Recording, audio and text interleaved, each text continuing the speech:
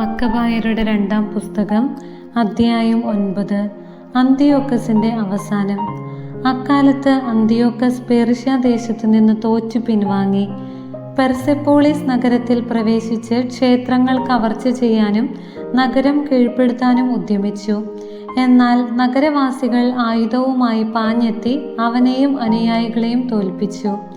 അന്തിയോക്കസ് ലജ്ജിതനായി തിരിച്ചോടി.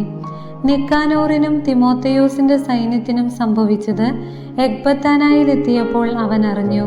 കോപാക്രാന്തനായി അവൻ തന്നെ തുരത്തിയവരോടുള്ള പക യഹൂദരോട് വീട്ടാൻ തീരുമാനിച്ചു.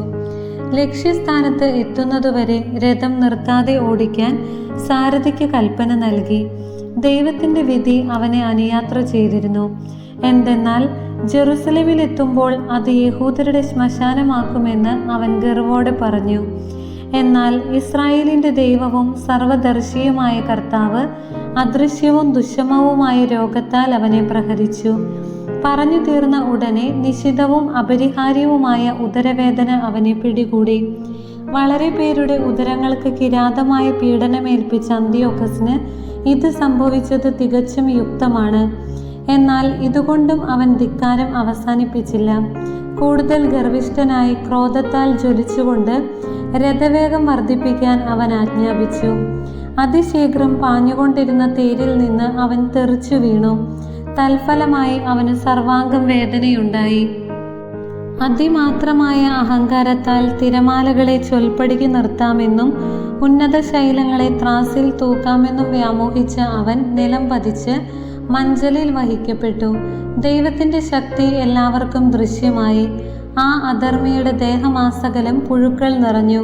കഠിന വേദന കൊണ്ട് പൊളയുന്ന അവന്റെ മാംസം അവൻ ജീവിച്ചിരിക്കെ തന്നെ അഴുകിത്തുടങ്ങി. ദുർഗന്ധത്താൽ അറപ്പോടെ സൈന്യം അവനിൽ നിന്നകന്നു. നക്ഷത്രങ്ങളെ എത്തിപ്പിടിക്കാൻ കഴിയുമെന്ന് വിചാരിച്ച അവനെ ദുസ്സഹമായ ദുർഗന്ധ നിമിത്തം ആർക്കും വഹിക്കാൻ കഴിഞ്ഞില്ല. അന്തിയോക്കസിന്റെ മനസ്സിടിഞ്ഞു.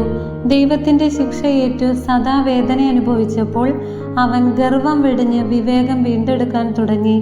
സ്വന്തം ദുർഗന്ധം സഹിക്കവയ്യാതായപ്പോൾ അവൻ പറഞ്ഞു, ദൈവത്തിനു കീഴ്പ്പെടുക യുക്തം തന്നെ. ദൈവത്തിനു തുല്യനെന്നു മർത്യരാരും കരുതരുത്. കർത്താവിന്റെ കൃപ നിഷേധിക്കപ്പെട്ട ആ മ്ലേച്ഛൻ അവിടത്തോട് പ്രതിജ്ഞ ചെയ്തു, ഇടിച്ചു നിരത്തി ശ്മശാനമാക്കാൻ വെമ്പൽ കൊണ്ട നഗരത്തിന് ഞാൻ സ്വാതന്ത്ര്യം നൽകും. സംസ്കരിക്കപ്പെടാൻ അയോഗ്യരെന്ന് വിധിച്ച് സന്താനങ്ങളോടുകൂടെ പക്ഷിമൃഗാദികൾക്ക് ഇരയാക്കാൻ നിശ്ചയിച്ചിരുന്ന യഹൂദരെ ഏഥൻസ് പൗരന്മാർക്ക് തുല്യരാക്കും. കൊള്ള ചെയ്യപ്പെട്ട ദേവാലയം അതിമനോഹരമായ കാണിക്കകളാൽ അലങ്കരിക്കും. വിശുദ്ധ പാത്രങ്ങൾ അനേകമടങ്ങായി തിരിച്ചേൽപ്പിക്കും. ബലിയർപ്പണത്തിനുള്ള ചെലവുകൾ സ്വന്തം വരുമാനത്തിൽ നിന്ന് വഹിക്കും. ഇതിനു പുറമെ ഞാൻ തന്നെ യഹൂദമതം സ്വീകരിച്ച് മനുഷ്യവാസമുള്ളിടത്തെല്ലാം പോയി ദൈവത്തിന്റെ ശക്തി വിളംബരം ചെയ്യും. എന്നാൽ ദൈവം തൻ്റെ മേൽ ന്യായവിധി നടത്തുന്നതിനാൽ പീഡകൾക്കൊരു ശമനവും ഉണ്ടാകുന്നില്ലെന്ന് കണ്ട് അന്തിയോക്കസ് പ്രത്യാശ വെടിഞ്ഞ് യാചനാരൂപത്തിൽ യഹൂദർക്ക് ഇങ്ങനെ എഴുതി: ഉത്തമന്മാരായ യഹൂദ പൗരന്മാർക്ക് അവരുടെ രാജാവും സൈന്യാധിപനുമായ അന്തിയോക്കസ് ആരോഗ്യവും ഐശ്വര്യവും ഹൃദയപൂർവ്വം ആശംസിക്കുന്നു. നിങ്ങളും സന്താനങ്ങളും സുഖമായിരിക്കുകയും നിങ്ങളുടെ അഭീഷ്ടമനുസരിച്ച് കാര്യങ്ങൾ നടക്കുകയും ചെയ്യുന്നെങ്കിൽ ഞാൻ സന്തുഷ്ടനാണ്. ദൈവത്തിലാണ് എൻ്റെ പ്രത്യാശ. നിങ്ങളുടെ മതിപ്പും സന്മനസ്സും ഞാൻ സ്നേഹപൂർവ്വം സ്മരിക്കുന്നു. പേർഷ്യയിൽ നിന്നുള്ള മടക്കയാത്രയിൽ ദുസ്സഹമായൊരു രോഗം എന്നെ ബാധിച്ചതിനാൽ പൊതു സുരക്ഷിതത്വത്തെപ്പറ്റി ചിന്തിക്കേണ്ടത് ആവശ്യകമായി വന്നിരിക്കുന്നു. എൻ്റെ ഈ അവസ്ഥയിൽ ഞാൻ ഭഗ്നാശനല്ല. ഈ രോഗത്തിൽ നിന്ന് സുഖം പ്രാപിക്കാമെന്ന് നല്ല പ്രത്യാശയുണ്ട്. ഉത്തരപ്രവിശ്യകളിൽ പടനീക്കങ്ങൾ നടത്തുമ്പോൾ എൻ്റെ പിതാവ് തനിക്കൊരു പിൻഗാമിയെ നിയോഗിച്ചിരുന്നത് ഞാൻ സ്മരിക്കുന്നു. അപ്രതീക്ഷിതമായ എന്തെങ്കിലും സംഭവിക്കുകയോ അശുഭമായ വാർത്ത പരക്കുകയോ ചെയ്താൽ ആരെയാണ് ഭരണം ഏൽപ്പിച്ചിരിക്കുന്നതെന്ന് അറിയാവുന്നതുകൊണ്ട് രാജ്യത്തെ ജനങ്ങൾ അസ്വസ്ഥരാകാതിരിക്കുന്നതിനു വേണ്ടിയായിരുന്നു ഇത്. തന്നെയുമല്ല, അതിർത്തി പ്രദേശങ്ങളിലെയും അയൽ രാജ്യങ്ങളിലെയും രാജാക്കന്മാർ അവസരം പാർത്തിരിക്കുകയാണെന്നും എന്താണ് സംഭവിക്കുന്നതെന്ന് നോക്കിയിരിക്കുകയാണെന്നും എനിക്കറിയാം. അതിനാൽ ഞാൻ എൻ്റെ പുത്രൻ അന്തിയോക്കസിനെ രാജാവായി നിയമിച്ചിരിക്കുന്നു. ഉത്തരദേശങ്ങളിലേക്ക് ഞാൻ തിടുക്കത്തിൽ പോയ മിക്ക അവസരങ്ങളിലും നിങ്ങളിൽ പലരെയും അവൻ്റെ ചുമതല ഏൽപ്പിച്ചിട്ടുണ്ടല്ലോ. ഈ കത്തിലെ വിവരങ്ങൾ അവനെയും എഴുതി അറിയിച്ചിരിക്കുന്നു.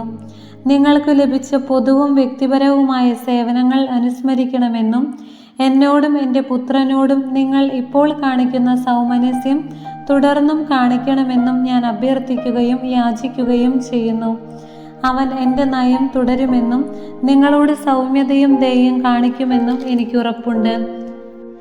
ഘാതകനും ദൈവദൂഷകനുമായ ആ മനുഷ്യൻ താൻ മറ്റുള്ളവരിൽ ഏൽപ്പിച്ചതിന് തുല്യമായ കഠിനവേദന അനുഭവിക്കുകയും അതിദയനീയമായി അന്യനാട്ടിൽ മലമ്പ്രദേശത്ത് വെച്ച് ജീവൻ വെടിയുകയും ചെയ്തു. രാജസേവകരിൽ ഒരുവനായ ഫിലിപ്പ് അവൻ്റെ ജഡം വീട്ടിലെത്തിച്ചു. അനന്തരം അന്തിയോക്കസിൻ്റെ പുത്രനെ ഭയന്ന് അവൻ ഈജിപ്തിൽ ടോളമി ഫിലമത്തോറിൻ്റെ അടുക്കൽ അഭയം പ്രാപിച്ചു. അധ്യായം 10. ദേവാലയ ശുദ്ധീകരണം. കർത്താവിനാൽ നയിക്കപ്പെട്ട് മക്കബേയൂസും അനുയായികളും നഗരവും ദേവാലയവും വീണ്ടെടുത്തു. വിദേശീയർ പൊതുസ്ഥലത്ത് സ്ഥാപിച്ചിരുന്ന ബലിപീഠങ്ങളും കാവുകളും നശിപ്പിച്ചു. ദേവാലയം ശുദ്ധീകരിച്ചതിനു ശേഷം അവർ ബലിയർപ്പണത്തിന് മറ്റൊരു പീഠം നിർമ്മിച്ചു.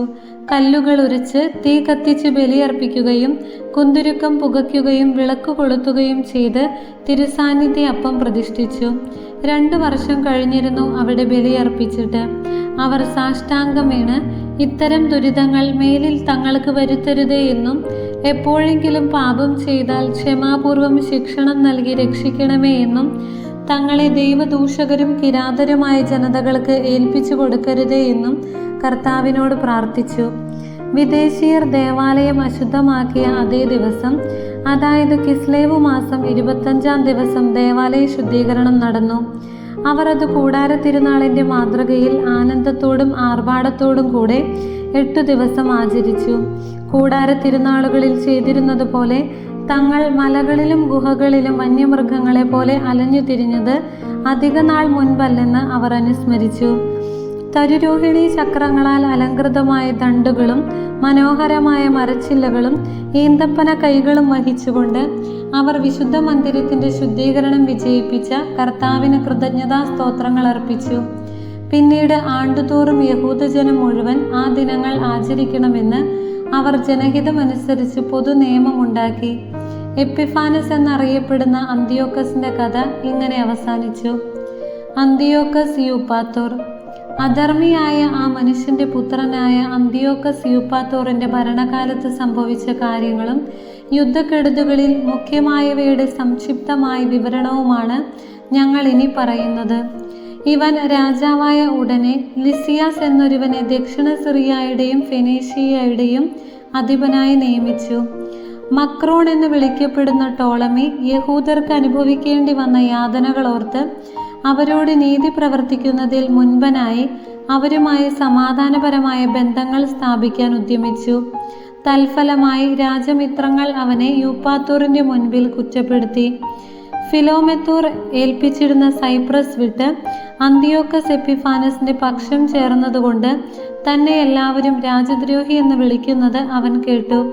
തൻ്റെ സ്ഥാനത്തിന് ചേർന്ന ആദരം ആർജിക്കാൻ കഴിയാതെ വന്നതുകൊണ്ട് അവൻ വിഷം കഴിച്ച് ജീവിതം അവസാനിപ്പിച്ചു.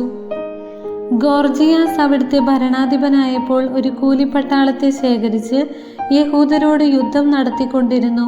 പ്രധാനമായ കോട്ടകൾ കൈയടക്കിയ ഇദുമേയരും യഹൂദരെ അലട്ടി. അവർ ജെറുസലേമിൽ നിന്ന് ബഹിഷ്കൃതരാകുന്നവരെ സ്വാഗതം ചെയ്യുകയും യുദ്ധം തുടരാൻ ശ്രമിക്കുകയും ചെയ്തു. മക്കബേയൂസും അനുചരന്മാരും പരസ്യ പ്രാർത്ഥന നടത്തി. തങ്ങളോടൊപ്പം യുദ്ധം ചെയ്യണമെന്ന് ദൈവത്തോട് യാചിച്ചുകൊണ്ട് ഇദുമേയരുടെ കോട്ടകളിലേക്ക് പാഞ്ഞു ചെന്നു. ശക്തിയോടെ ആക്രമിച്ച് ആ സ്ഥലങ്ങൾ കൈവശപ്പെടുത്തുകയും കോട്ടകളിൽ നിന്ന് പോരാടിയവരെ തുരത്തുകയും നേരിട്ടെതിർത്തവരെ വധിക്കുകയും ചെയ്തു. 20,000-ൽ കുറയാത്ത പടയാളികൾ കൊല്ലപ്പെട്ടു. ഉപരോധം ചെറുക്കാൻ സജ്ജമാക്കിയിരുന്ന 2 ബലിഷ്ഠ ഗോപുരങ്ങളിലായി 9,000-ൽ പരം ആളുകൾ അഭയം പ്രാപിച്ചു. മക്കബേയൂസ് അവരെ ആക്രമിക്കുന്നതിന് മതിയായ ഒരു സേനയോടുകൂടെ ശിമയോനെയും ജോസഫിനെയും ഒപ്പം സക്കേവൂസിനെയും അവൻ്റെ ആളുകളെയും അവിടെ നിർത്തി. തൻ്റെ സാന്നിധ്യം അത്യന്താപേക്ഷിതമായ സ്ഥലങ്ങളിലേക്ക് അവൻ പുറപ്പെട്ടു. എന്നാൽ ശിമയോനോട് കൂടെയുണ്ടായിരുന്ന പണക്കൊതിയന്മാരായ ആളുകൾക്ക് ഗോപുരങ്ങളിലുണ്ടായിരുന്ന ചിലർ കൈക്കൂലി കൊടുക്കുകയും 70,000 ദ്രാഗ്മ കൈപ്പറ്റി അവരിൽ ചിലർ രക്ഷപ്പെടുന്നതിന് അവർ അനുവദിക്കുകയും ചെയ്തു. ഈ വാർത്ത മക്കബെയൂസിൻ്റെ അടുത്തെത്തി. അവൻ ജനനേതാക്കളെ വിളിച്ചുകൂട്ടി. ആ ദുരാഗ്രഹികൾ തങ്ങളുടെ സഹോദരന്മാരെ വിറ്റുവെന്നും അവർക്കെതിരെ ശത്രുക്കളെ സ്വതന്ത്രരാക്കി വിട്ടു എന്നും കുറ്റപ്പെടുത്തി. അനന്തരം അവൻ ആ ദ്രോഹികളെ വധിക്കുകയും വേഗം 2 ഗോപുരങ്ങളും പിടിച്ചടക്കുകയും ചെയ്തു. താൻ ഏറ്റെടുത്ത യുദ്ധങ്ങളിലെല്ലാം വിജയം വരിച്ച മക്കബെയൂസ് 2 ഗോപുരങ്ങളിലുമായി 20,000-ൽ പരം ആളുകളെ വധിച്ചു. യഹൂദർ മുൻപ് തോൽപ്പിച്ചോടിച്ച തിമോത്തിയോസ് വലിയൊരു കൂലിപ്പടയെയും ഏഷ്യയിൽ നിന്ന് വലിയൊരു കുതിരപ്പടയെയും ശേഖരിച്ച് യൂദയ പിടിച്ചടക്കാൻ വേണ്ടി പട നീക്കി. അപ്പോൾ മക്കബെയൂസും അനുയായികളും ശിരസിൽ പൂഴി വിതറി അരയിൽ ചാക്കു ചുറ്റി ദൈവത്തോട് യാചിച്ചു. ബലിപീഠത്തിൻ്റെ മുൻപിലുള്ള സോപാനത്തിൽ സാഷ്ടാംഗം വീണ് നിയമങ്ങളിൽ പറഞ്ഞിരിക്കുന്നതുപോലെ തങ്ങളോട് ദയ കാണിക്കണമെന്നും തങ്ങളുടെ ശത്രുക്കൾക്ക് ശത്രുവും എതിരാളികൾക്ക് എതിരാളിയും ആയിരിക്കണമെന്നും അവർ അവിടത്തോട് പ്രാർത്ഥിച്ചു. അനന്തരം എഴുന്നേറ്റ് ആയുധങ്ങൾ ധരിച്ച് നഗരത്തിൽ നിന്ന് കുറേ ദൂരം മുൻപോട്ട് നീങ്ങി. ശത്രുസങ്കേതം സമീപിച്ചപ്പോൾ നിന്നു. പ്രഭാതമായതോടെ 2 സൈന്യങ്ങളും ഏറ്റുമുട്ടി. തങ്ങളുടെ വിജയത്തിൻ്റെ ഉറപ്പ് തങ്ങളുടെ പരാക്രമം മാത്രമല്ല, കർത്താവിലുള്ള ആശ്രയവുമാണെന്ന് വിചാരിക്കുന്ന ഒരു കൂട്ടർ, തങ്ങളുടെ ക്രോധാവേശത്തെ പടനായകനാക്കിയ മറ്റൊരു കൂട്ടർ. യുദ്ധം മുറുകിയപ്പോൾ സ്വർണ്ണ കടിഞ്ഞാണിട്ട കുതിരകളുടെ പുറത്ത് തേജസ്വികളായ 5 പേർ ആകാശത്തു നിന്ന് വരുന്നത് ശത്രുക്കൾ കണ്ടു. അവരാണ് യഹൂദരെ നയിച്ചത്. അവർ മക്കബെയൂസിന് മുറിവേൽക്കാതിരിക്കാൻ ചുറ്റും നിന്ന് തങ്ങളുടെ പരിചകളും ആയുധങ്ങളും കൊണ്ട് അവനെ സംരക്ഷിച്ചു. അവർ ശത്രുവിൻ്റെ മേൽ അസ്ത്രങ്ങളും ഇടിവാളുകളും അയച്ച് അവരെ അന്താളിപ്പിച്ച് അന്ധതയിലാഴ്ത്തി ചിതറിക്കുകയും വധിക്കുകയും ചെയ്തു. 600 കുതിരപ്പടയാളികൾക്ക് പുറമെ 20,500 പേർ വധിക്കപ്പെട്ടു. കേരയാസിൻ്റെ കീഴിലുള്ള സുശക്ത കാവൽ സേനയോട് കൂടിയ ഗസ്ര എന്ന കോട്ടയിലേക്ക് തിമോത്തിയോസ് പലായനം ചെയ്തു. മക്കബെയൂസും അനുയായികളും സന്തുഷ്ടരായി. അവർ അതിനെ 4 ദിവസം ഉപരോധിച്ചു. ഉള്ളിലുണ്ടായിരുന്നവർ കോട്ടയുടെ ഉറപ്പിൽ ആശ്രയിച്ചിരുന്നതിനാൽ കഠിനമായ ദൈവദൂഷണം പറയുകയും അസഭ്യവാക്കുകൾ വർഷിക്കുകയും ചെയ്തു. എന്നാൽ 5-ാം ദിവസം പ്രഭാതത്തിൽ മക്കബെയൂസിൻ്റെ സൈന്യത്തിലെ 20 യുവാക്കന്മാർ ആ ദൈവദൂഷണം കേട്ട് കോപം ജ്വലിച്ച് മതിലിലൂടെ ഇരച്ചു കയറി കണ്ടവരെയെല്ലാം നിർദ്ദയം അരിഞ്ഞു വീഴ്ത്തി. ഇതുപോലെ മതിൽ കയറിയ മറ്റു ചിലർ എതിർത്തു നിന്ന ആ ദൈവദൂഷകരെ പിന്നിൽ നിന്ന് ആക്രമിച്ചു. ഗോപുരങ്ങൾക്ക് തീ വെച്ചു. തീ കൊളുത്തി അവരെ ജീവനോടെ ദഹിപ്പിച്ചു. ചിലർ കവാടങ്ങൾ തകർത്ത് ബാക്കി സൈന്യത്തെ അകത്തു കടത്തുകയും നഗരം കൈവശപ്പെടുത്തുകയും ചെയ്തു. ഒരു ജലസംഭരണിയിൽ ഒളിച്ചിരുന്ന തിമോത്തിയോസിനെയും അവൻ്റെ സഹോദരൻ കേരയാസിനെയും അപ്പോളോഫാനസിനെയും അവർ വധിച്ചു. അനന്തരം അവർ ഇസ്രായേലിനോട് വലിയ ദയ കാണിക്കുകയും തങ്ങൾക്ക് വിജയം നൽകുകയും ചെയ്യുന്ന കർത്താവിനെ കൃതജ്ഞതാ സ്തോത്രങ്ങളോടെ വാഴ്ത്തി. ദൈവമായ കർത്താവിന് സ്തുതി.